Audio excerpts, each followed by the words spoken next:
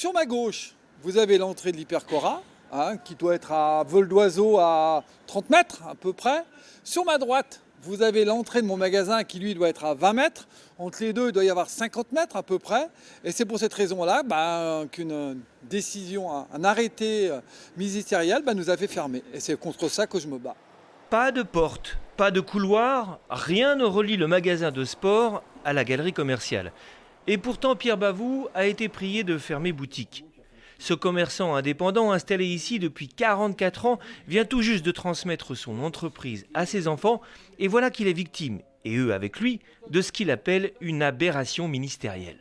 Je suis tellement sûr de mon bon droit, mais personne, mes enfants ont essayé de me faire changer d'avis pour ma santé, mais j'en ai rien à foutre. Je préfère, une nouvelle fois, partir avant que ma boîte parte au greffe du tribunal pour dépôt de bilan, mais je préfère en mourir, c'est personnel, c'est un peu mon bébé, voilà, point barre. Pierre Bavoux n'est pas le seul à être mitoyen de la galerie commerciale. Cette fleuriste a elle aussi dû tirer son rideau tout en soulevant un paradoxe. J'ai 3 murs, une vitrine, une porte, comme tous les commerces en centre-ville.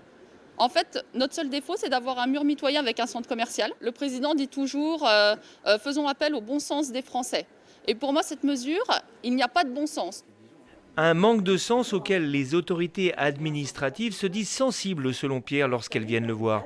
Oui, mais le préfet du département a quand même confirmé cette fermeture samedi dernier par mail.